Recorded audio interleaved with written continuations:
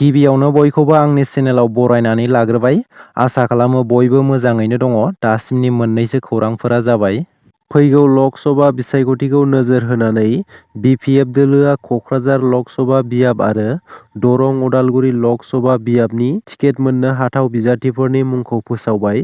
बेनिनो बिपिएफ दोलोआ क'क्राझार लक सभा बियाबाव खाम्फा बरगयारी, प्रमिला रानी ब्रह्म, प्रिथिबिराज नारायण देब मेस आरो दरं उदालगुरि लक सभा बियाबाव इमानुएल मोसाहारि, रबिनसन मुसाहारि, दुर्गादास बर', धीरेन बर' आरो रिहन दैमारी बिथांमोनखौ फैगौ लक सभा बिसायख'थिनि टिकेट मोननो हाथाव बिजाथि महरै फोसावबाय। थांनाय साननैसो सिगां आसाम नाङैनो खुंफुंनाय गुण'त्सबआव थालांनाय बर' बिजोंनि थाखो 6नि सा 10,916 फरायसाफोरनि थाखाय थाबैनो जुनिया आनजाद खुंनाय जागोन। मानोना सिगांनि समाव जालांनाय थाखो 6 बर' बिजोंनि गुण'त्सबआव बिगियान आरो सानखान्थि आयदानि सोंथि बिलाइया इंराजि रावनि फैनायखौ लानानै बर'नि माहारियारि आफाद एबसु आरो बर' थुनलाइ आफादा गोख्रों हेंथा होदोंमोन आरो फरायसाफोरखौ गुण'त्सब आनजादखौ लिरनो होआखैमोन। बेखौ लानानै आसाम सर्ब शिक्षा अभियानआ बर' थुनलाइ आफाद आरो दुलाराय बर' फरायसा आफादजों थांनाय 16 फेब्रुवारि खालाराव गुवारै सावरायलायनाय जायो। बे सावरायलायनायाव आसामनि सोलोंथाइ मन्थ्रि ड रनज पेगु आरो असम सर्ब शिक्षा अभियाननि एमडि बिथांमोना नुजाथिनानै थांनाय 2024 मायथाइनि जानुवारि आरो फेब्रुवारि दानाव खुंजानाय थाखो 6नि बर' बिजों फरायसालियाव बिगियान आरो सानखान्थि आयदानि सोंथि बिलाइया इंराजि रावनि फैनायखौ लानानै गुवारै सावरायलायो आरो गुण'त्सब आनजादाव थालांनाय बर' बिजोंनि सा 10,916 फरायसाफोरनि थाखाय थाबैनो जुनिया आनजाद खुंनाय जागोन होननानै दिपेन बर' बिथाङा खौरांगिरि मेल लानायनि गेजेरजों मिथिहोदों।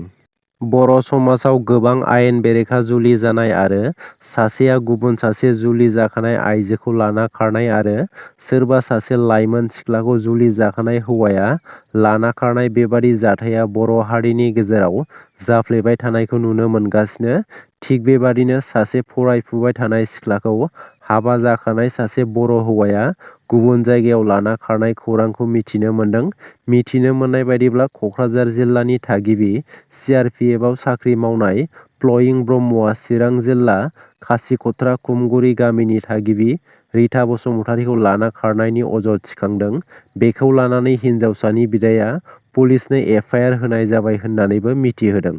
इसर'आ मैया एबा 17 फेब्रुवारियाव भारतनि advance weather satellite INSAT 3DS खौ लन्च खालामदों। Advance weather satellite INSAT 3DS खौ मोनाबिलिनि 5 रिंगा 35 मिनिटआव लन्च खालामनाय जादों। श्रीहरिक'टायाव थानाय सतीश धवन स्पेस सेन्टारनि नैथि लन्चिं पेडनिफ्राय GSLV F-14 रकेटजों advance weather satellite INSAT 3DS खौ लन्च खालामनाय जादों।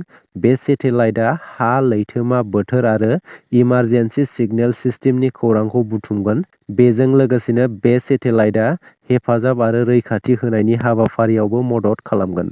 उत्तर प्रदेश सरकारा मोनसे गिदिर थिरांथा लादों। उत्तर प्रदेश रायजोआव 6 दाननि थाखाय जायखिजाया रोखोमनि सोमावसारनायखौ बन्द' खालामबाय उत्तर प्रदेश सरकारा। फिन आरोबाव क'क्राझार जिल्लायाव खेबसेयैनो मोनसे जायगानिफ्राय 2 सुबुंनि गोथै देहा बोखांनो मोन्दों। दासान्दि क'क्राझार जिल्लायाव मानसि बुथारनाय, माब्लाबा गावनि जिउ फोजोबना लानाय जाथायखौ नुनो मोनगासिनो। थिग बेबादिनो फिन आरोबाव क'क्राझार जिल्लानि क'क्राझार सरकारि फरायसालिमानि 2 फरायसानि गोथै देहा बोखांनो हानायनि खौरांखौ मोननाय जादों। मिथिनो मोननाय बायदिब्ला जिउ फोजोबना लानाय 2 फरायसानि मुंखौ खुशी शर्मा आरो राहुल रय होननानै सिनायथिनो हादों। थांनाय 14 फेब्रुवारि एबा सरस्वती फुजानिफ्रायनो बिसोर 2बो गोमानानै दंमोन होननानै मिथिनो मोन्दों। गोसो थोलायनायनि उनाव 2बो जिउ फोजोबना लानायनि सन्देह खालामदों। नाथाय मा जाहोननि थाखाय बेबादि जिउ गोमाखो बेनि सायाव आबुङै मिथिनाय जायाखै।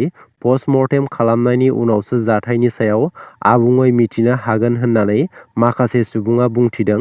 जाथाय जानाय जायगायाव पुलिस बिफाना नुजाथिहैनानै नायबिजिरनायखौ जागायो।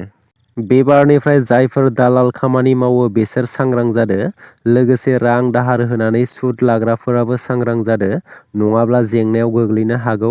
रायजोआव बे बारनिफ्राय गिबि मन्थ्रि हिमन्त बिश्व शर्मा बिथाङा माखासे सरकारनि खामानिफोरखौ गोख्रों खालामदों आरो रायजोआव जाख्ल'नाय गैयै खालामनो थाखाय गिबि मन्थ्रि हिमन्त बिश्व शर्मा बिथाङा सांग्रांथि होदों।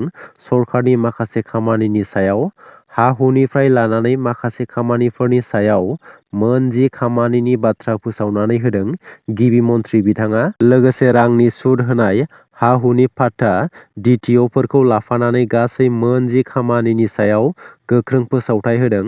बिटिआर सरकारा जेरै बैसोमुथि मावथांखिनि गेजेरजों हा-हुनि जेंनाखौ मावफुंनो लादों, बेबादिनो रायजो सरकाराबो मिशन बसुन्धरा 3.0 नि गेजेरजों हा-हुनि गासै जेंनाखौ मावफुंनो हासिगोन होननानै फोसावथाय होदों। बे बारनिफ्राय गुरखा, आदिबासि आरो साहा बागाननि सुबुंफोराबो हानि पाट्टा मोननो हासिगोन। मख'नो गोनांदि बे बारनिफ्राय रायजोआव DTअ मावख'आ बन्द जासिगोन।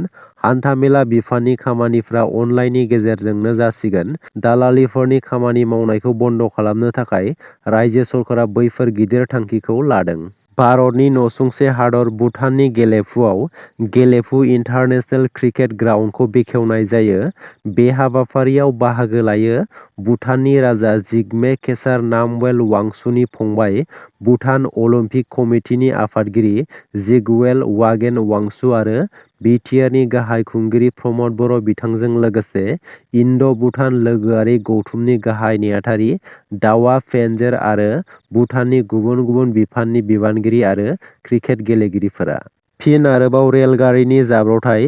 दासान्दि हादराव मोनसेनि उनाव मोनसे रेलगारिनि जाब्रबथाय जानायखौ नुनो मोनगासिनो। थिग बेबादिनो मैया एबा 17 फेब्रुआरि खालि गंसे माल रोगाग्रा रेलगारिनि मोन 10 दाब्बाफोरा रेल ट्रेकनिफ्राय गोग्लैयो।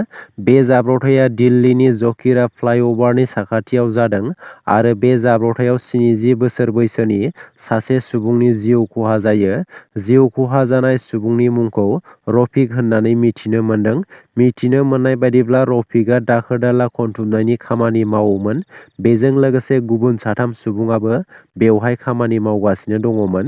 बे जाथायनि सोमोन्दै दायो खामानि मावग्रा 3 सुबुंनाव सोंनाय-फिननाय खालामनाय जादों होननानै मिथिनो मोन्दों।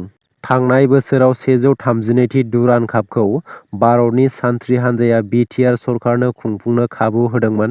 बेखौ मोजाङै खुंफुंनो हानायखौ नोजोर होनानै 133थि डुरान्ड कापआ जानो थांगासिनो 2024 मायथाइयाव आरो बेखौबो बिटिआरआवनो खुंफुंनो थाखाय थांनाय बोसोरावनो फोसावना गालांदोंमोन।